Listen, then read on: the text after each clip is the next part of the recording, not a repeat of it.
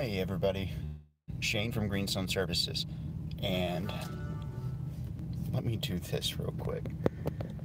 That way the camera is stable and it's not shaky, because we all know how lovely shaky video can be.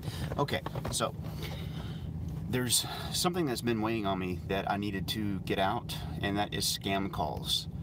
I continuously receive these, and I know if I'm getting them, then other people are getting them as well. So let's debunk them real quick. First off, if it's anything to do with taxes, either federal or local, the local government and the federal government will not call you. If you get in trouble with them, or if they have questions about your previous returns, etc., they will mail you. They do not call. If they do call, then they're coming in through your front door and it's too late. But the long of it all is that there's 3 scam calls I've been getting in the last 4 weeks, and it seems like it's getting worse. The first one is, this is an urgent message. You have delinquent tax, and for us not to file charges against you, etc. That's not the way it works. Not at all. Like I said, mail postal. And whenever you get something like that in the mail, look up the address. If you look up the address, that will tell you if indeed it did come from the federal government or your local tax administrators, be it your town, city, county, state, etc.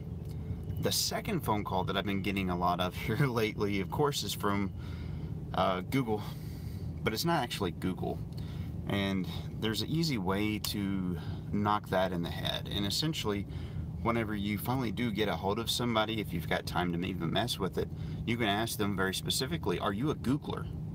And if they're not, if they're only a associate or affiliate that doesn't directly work for Google, they have to tell you no. And so there's that.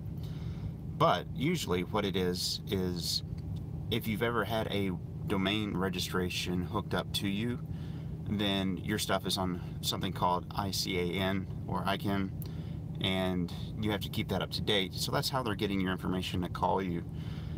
The easiest thing to do, really, if you want search engine optimization, is to, 1, find a professional in your area that does it, or 2, you can actually call Google about it and get them to get you connected to somebody, and then it doesn't matter. And the third phone call that I've been getting a lot of here lately, and I'm not exactly sure the amount of research that goes into this or how my phone number got onto that list to begin with, but it's somebody wanting to do tech support on my computers.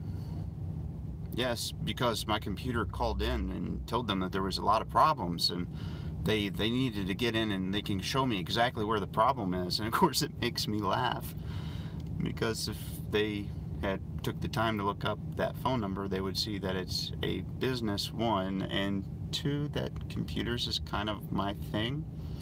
Anyway, I digress. So if anybody says that they're from Microsoft, they're not. I promise you. Microsoft's not going to call you. It's just like the federal government. They're so large.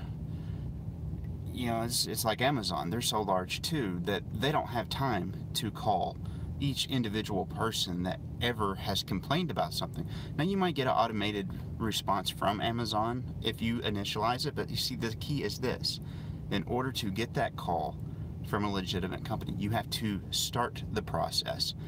So in Microsoft, there's a couple of ways that if you are having a problem, you go to troubleshoot it, and you get to the online personality, which is a AI chatbot, essentially.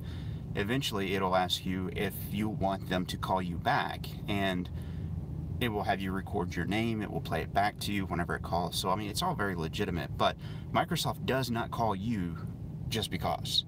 So anybody doing that, anybody saying, you know, your computer is infected and blah blah blah, it's fake.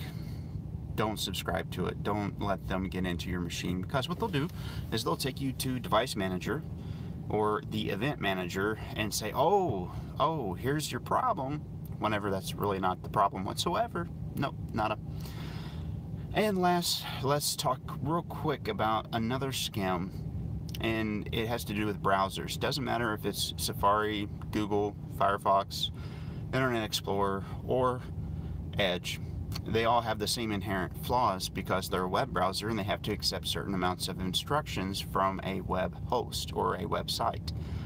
So if your computer starts flashing and saying, my God, there is a issue, you have to call this phone number, that will never be legitimate.